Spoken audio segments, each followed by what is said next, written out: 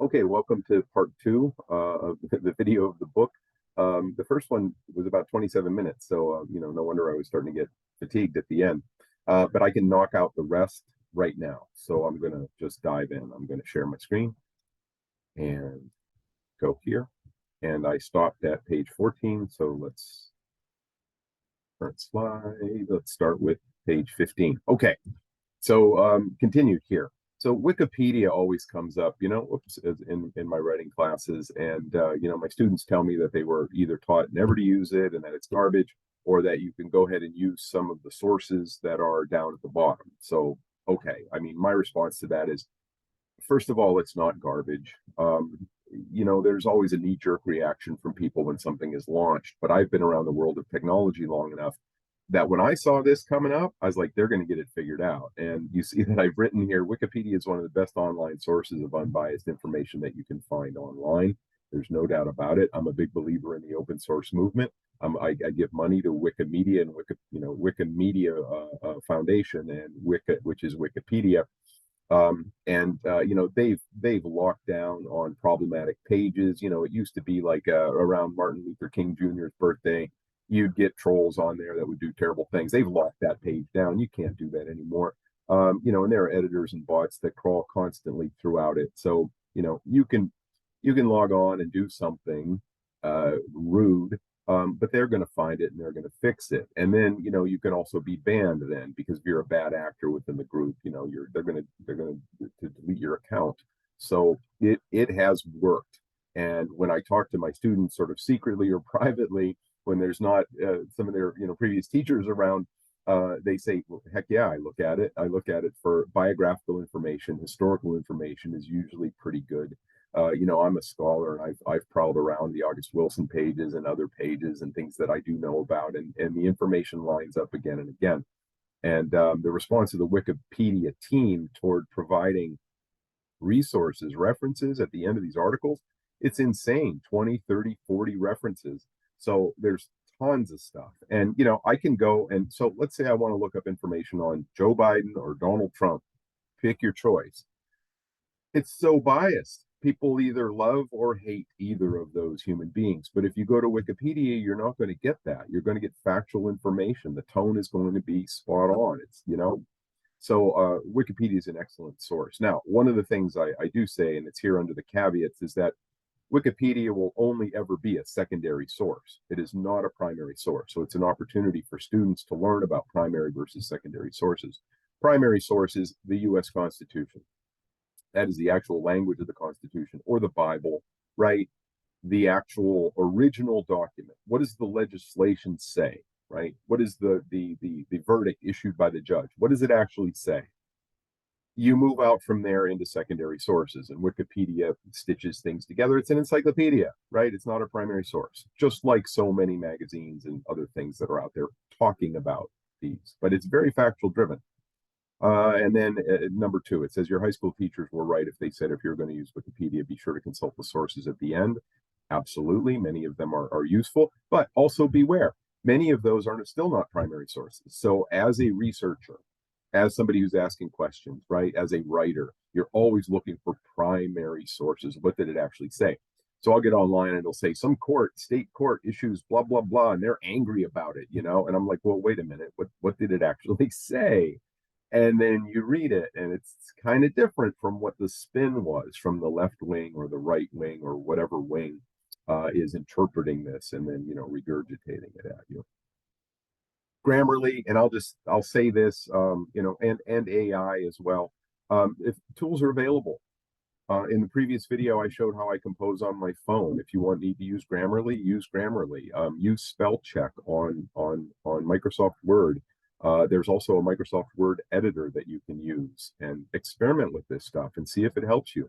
Use these things. And right, here's my response. And then what about Benjamin Franklin or somebody who wrote all that stuff himself? Well, slow down, because as you start to look at how a lot of these great novelists and writers and things from the past, they had secretaries, they had assistants who wrote this stuff down. Even John Steinbeck, who I love and who wrote down in very small writing, you can look it up and see it. He wrote out his stuff.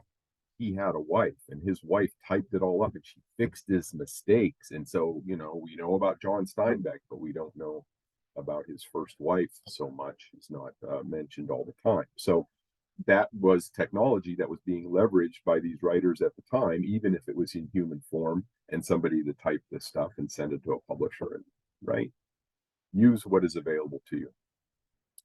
AI is next. AI has already come into the writing realm of writing, and called robotic or algorithmic journalism. Associated Press has been using an automated system for years, and certain articles, sports articles, can also be auto-generated. What's it mean for writers and editors? It's not going to put us out of jobs anytime soon, because humans are still necessary to check the copy prior to publication and do input. Computers still need human babysitters to get the right outcomes. It's fascinating to me, though. There is a program that's available where you can type and it'll generate a visual. So if I type, for example, man playing golf on the moon, it will show it visually. So this is where we're at. I'm not going to do a deep dive on AI right now. It's a whole field to look into, but I want to run that past you.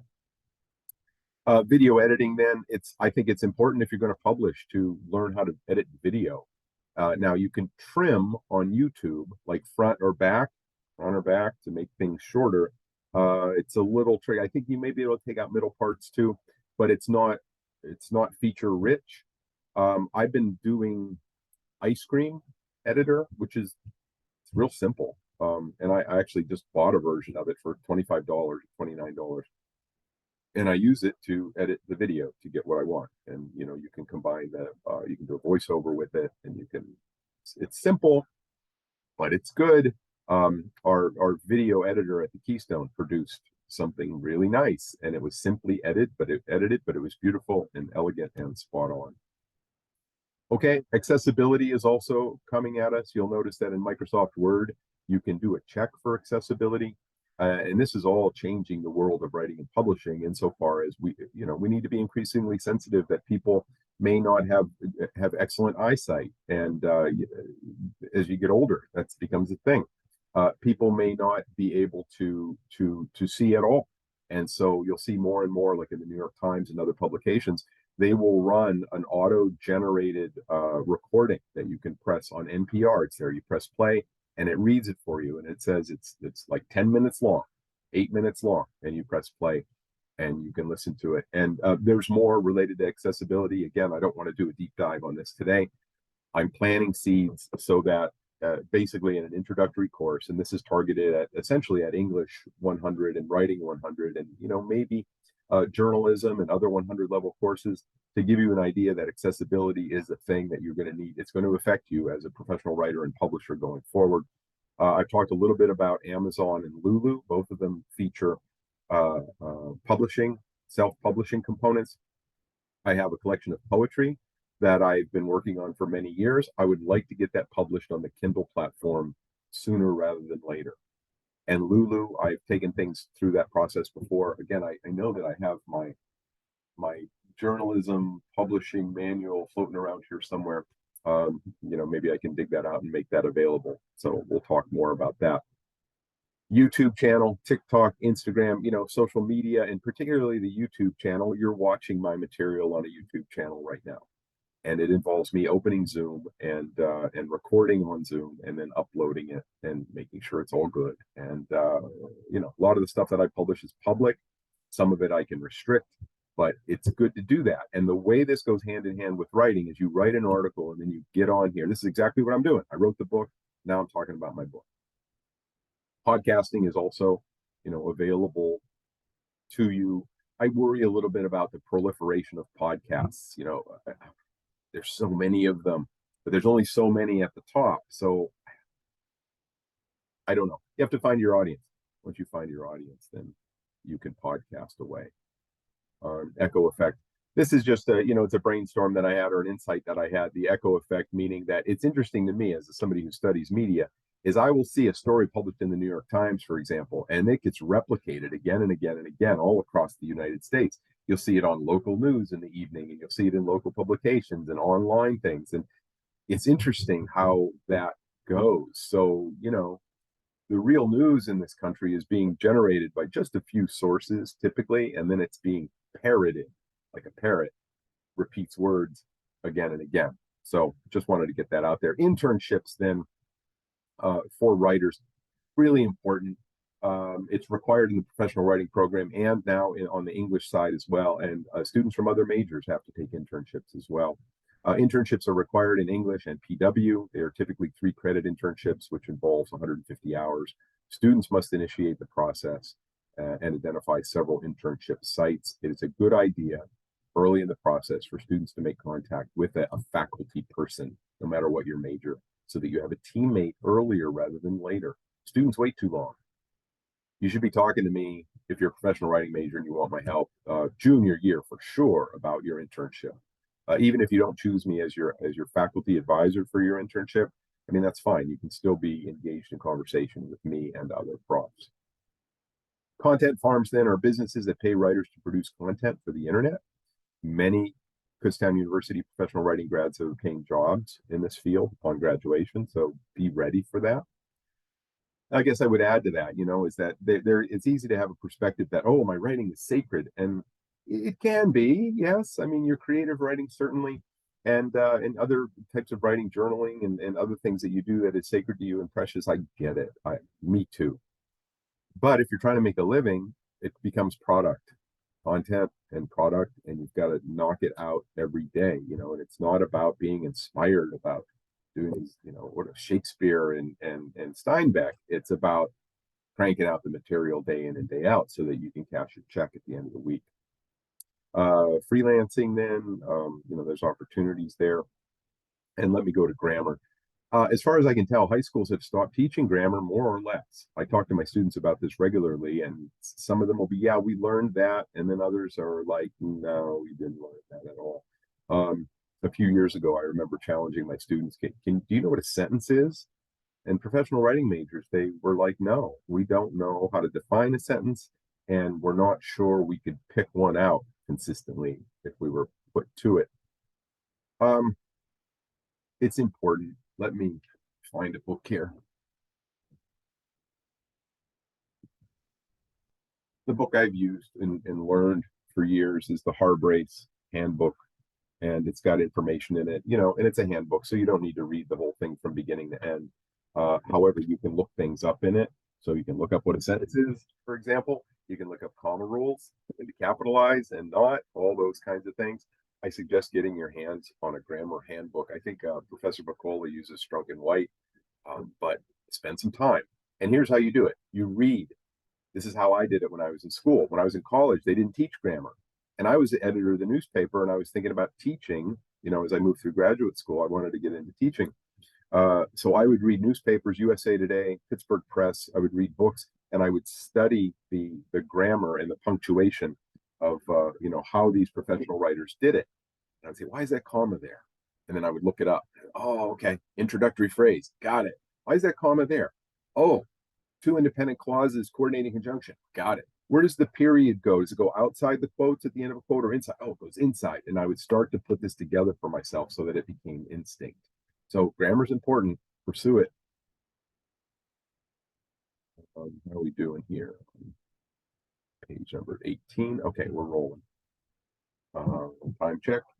1 o'clock. All right, so I've got about 15 more minutes. We'll see if I can wrap this up. PDFs are important. Portable document format. These files are used in several ways. So if you're in my classes, you're learning about PDFs. And especially if you're going back and forth between Word and Google Docs, you can get distortions in your layout as you go back and forth between these things. So PDFs capture the image, all of the design components, and that's what you quite often want with a resume and with other documents, especially if they have images in there, reports. So get in the habit of creating PDFs.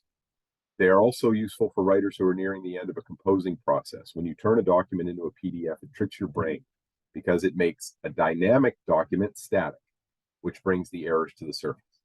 Professional writers use this trick all the time. So I will push as long as I can on the document. And I say, I think I'm done. I'll turn it into a PDF and I'll go, dang, there's an error right there. And then I'll go back into Word and I'll fix it and I'll write over the PDF. I'll write over the PDF. You get it, right? I may have to do that a couple times, but there is something about once it becomes static, the errors pop right out the surface. So use that wisely. Beginning assignments immediately. That's right. It's the secret to your success. You get an assignment, you create the document, you put in how many words it is, you do an initial brain dump on it, you time block so that you can come back to it. You time block on your calendar, an hour and a half on Sunday. You go back to it and you go, oh, I've already got the document created and I've already done an initial brain dump. You know, you read, you pull out your phone, you do more information dump into that, and suddenly you've got 1,000 words, and you can begin to groom.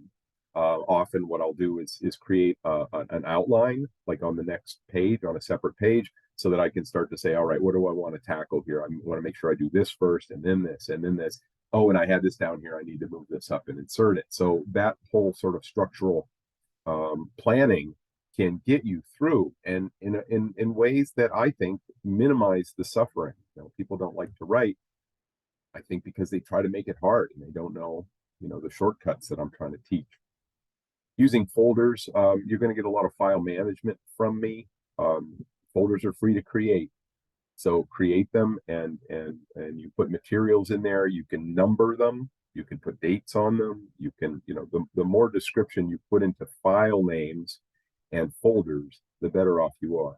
And one of the things I'll demonstrate, I'm not going to do it now, but like in class, I pretend. So a student asks me, hey, Downing, what did your syllabus look like for your first semester at Kutztown back in fall 2007 for technical writing?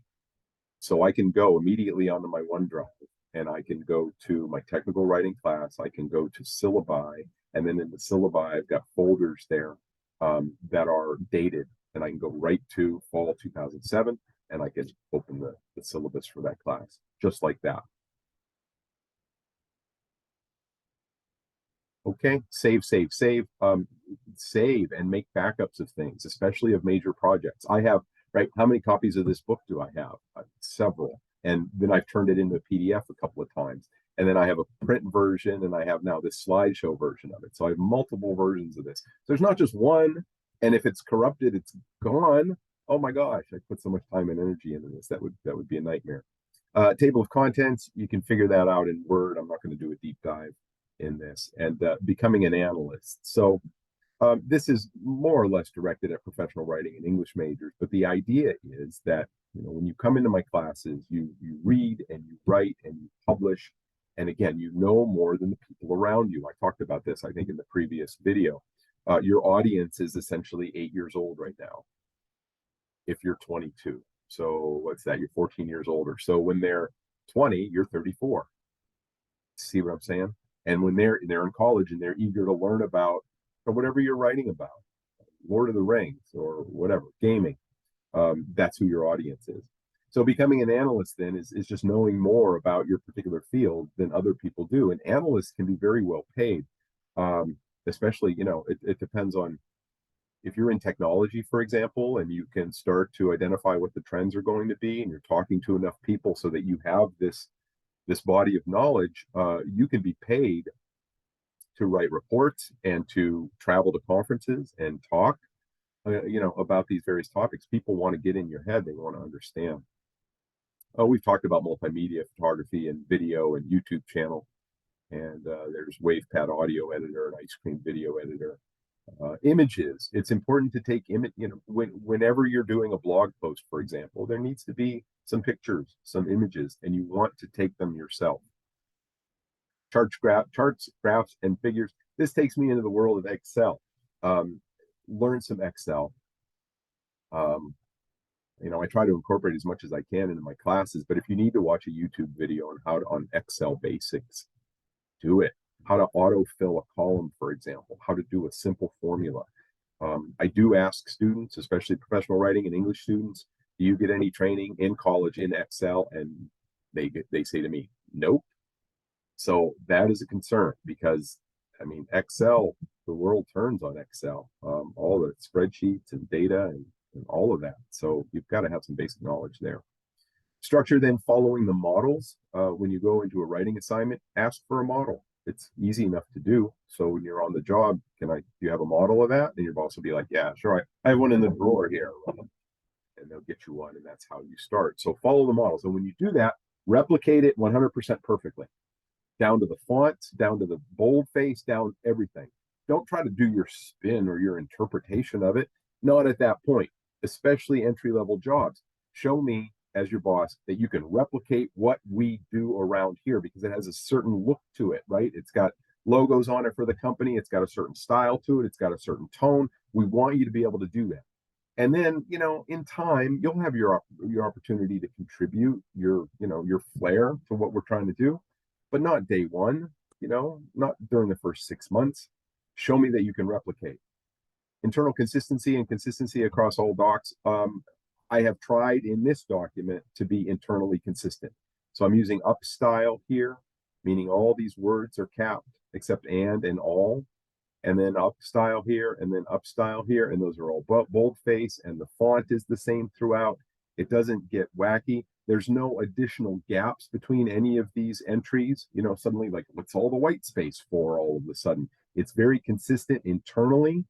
And then if I were creating multiple products related to this project, all of these would have to be Calibri. They would be up style. There would be boldface and standard font. You see what I'm saying? So let that sink in as well. Online citation generators. My favorite is MyBib. Look it up and use it when you need to. It's brilliant.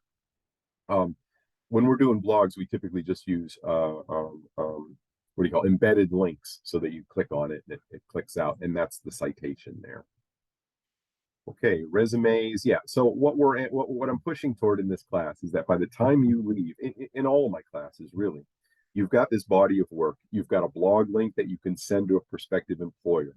In your entries, then, in your articles that you've written, there are links there that link out to multiple YouTube videos of you saying, hey, did you know that solar panels are being installed in the American Southwest and they cost this much typically, and you do that a couple of times. It brings you to life in ways that a resume and a cover letter just can't do. Okay. So resumes, I'm not going to do a deep dive on that right now. Recommendation letters, they're important.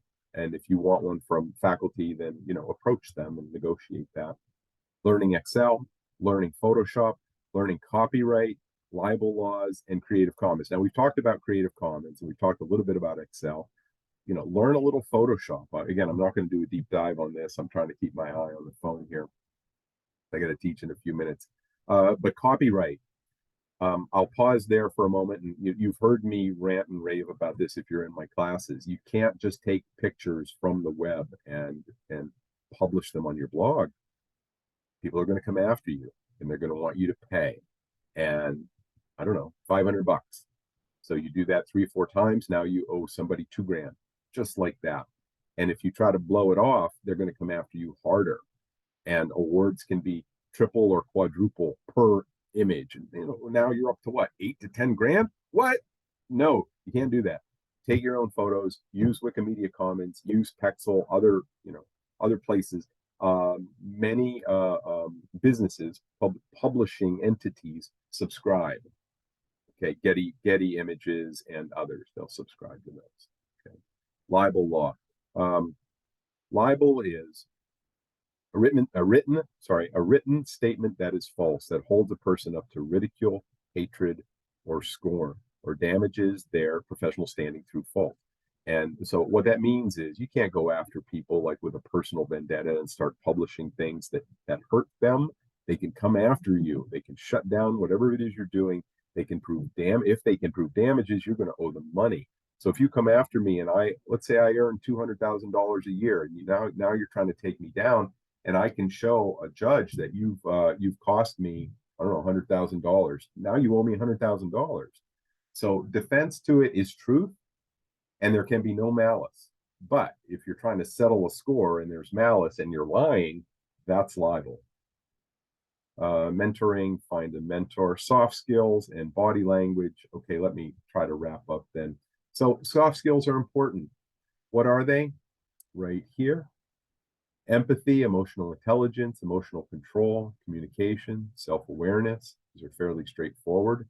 You want to have empathy and show empathy for other people. You want to show that you're emotionally intelligent and not just going to go off on somebody because you're having a bad day. You have to be sensitive to other people in the workplace, and soft skills are ranked very highly in the world of employment. So you may know a lot about your field, and that's great. But if you're coming into my, let's say I have a group of 22 people, and you're being a jerk, you're gone. Bye. I know you're great with numbers. Sorry, I can bring in another person who's good with numbers and train them, and they're going to fit right in. See? So you've got to be able to fit into the corporate culture. I've seen students over the years that they want to fight, and I don't know what to say, but employers they don't want that. Personal body language. So let me give you this. This one is great. Whoops. Where am I at here? Sorry, I scrolled back a page. Come on, there we go. Okay, great exercise. I'm thinking about bringing this into the classroom at some point. I try to bring too much into the classroom. Record a 5-minute video with the sound on. This is a stub. I need to rework it. Sound on, sound off. Body language, repeat 5 times. The idea here is that you take video of yourself and, you can record it with sound. And then what you do is you watch it without the sound to see what your body language is. I try to control my body language, so I move in and out of the camera a bit. I wave my hands a little bit. I try to animate myself, so it's not just me talking like this the whole time, like a head, right? I try to bring it alive as best I can, and I try to smile and be lighthearted. So we'll see if we can bring that into the classroom. But it sounds like an interesting exercise. Maslow and the 4 agreements. Let's see, hero's journey, day in the life, and then quotes. All right. So let me give you the 4 agreements. I got to get going. Be impeccable with your word. It means don't lie, and don't try to smooth. Don't try to do weird things with the truth, right? Don't try to tell people what you think they want to hear. Just speak honestly from the heart. Don't be cruel, but speak your truth as you know it. Don't take anything personally. People are going to do their things. People are going to cut me off in traffic because they're wherever they're at in their headspace, right? They're not having a good day and they're in a hurry because they have to get somewhere. It's not because of me. They don't even know who I am. They don't care about me. Don't make assumptions. If you're unsure, clarify. Assumptions cause such drama. I've seen it like in the department, right? Where things happen and people made assumptions and then suddenly they're at one another's throats, and it's like it just needs to be settled through communication typically, and then you always do your best. So last week I had COVID and I felt terrible at times. I did my best. I maintained my office hours through Zoom. I taught abbreviated versions of my class through Zoom. I did my best to get through the week. Now I'm back, right? I feel good. Hero's journey, day in the life of a professional writer. That's a stub as well. It's pretty fun to tell those stories, but I'm not going to do a dive on that. So then I've got some quotes here. I've got work smarter, not harder, from some anonymous genius. Get it down, take chances. It may be bad, but it's the only way you can do anything really good. Writing quotes. To write is human, to edit is divine. Professional writer is an amateur who didn't quit. If you can't explain it simply, you don't understand it well enough. Bravo, Albert Einstein. In the academic world, we get these explanations that are like 40 pages long. It's like, really? We can't shrink that down? And as a sidebar to this, if I hire you to work for me, I don't need you to make additional problems. Now, if you run into them, that's fine. I'll help you resolve them. But I don't need you to disappear and then come back and say, I've problematized this. It's like, what? I just needed you to do the thing because I've got another thing for you to do. I don't need you to turn these action items into problems. Okay. The ability to distill information is a crucial skill. No one is paying you to make things more complicated. So that's me. I threw that in there. That's just what I was saying. And this goes on, right? I'm not going to read it all to you. And what's this turn into? Now, at this point, it turns into words commonly confused. Like vocabulary words, high school seniors should know. There's a spelling quiz and answers to the spelling quiz, general spelling words. I put this together over a bunch of years. There's editing exercises here, comma rules and exercises. So you can print these pages if you want. There are some links that I'm working on. And then I'll wrap it up with this. So here are some model narratives that I was talking about. So here's Maddie as a freelance journalist specializing in fitness, health, and well-being content. She's been a writer and editor for 22 years, etc. This is from Live Science. This is Hope, who was at Games Radar after studying film studies and creative writing at university. Lucky enough to land a job as an intern at Player 2 PR, where I helped to release a number of indie titles, and it goes on from there. This is Scoot Allen at CBR. Has published over 1,000 articles, entertainment reporter, writer, all around geek, and it's got a little avatar there. Here's Amber Lake, staff writer at Eat This, Not That. This is Evan Jones from The Morning Call. This is Excel at work. You can create charts, tables, graphs with Excel, and you see I deliberately went low on this to show you the difference, but this is Jones and Sons Ratchets net income for calendar year 2022. So in technical writing, I definitely bring this out, and I'll try to do it in English 100 and try to continue it in my other classes. There are some notes that I'm working from there, and then that's it. So back to this. I'll stop the share. And that's it. So I've covered the book in 2 segments, and I have to run now. So thanks for playing. See you soon.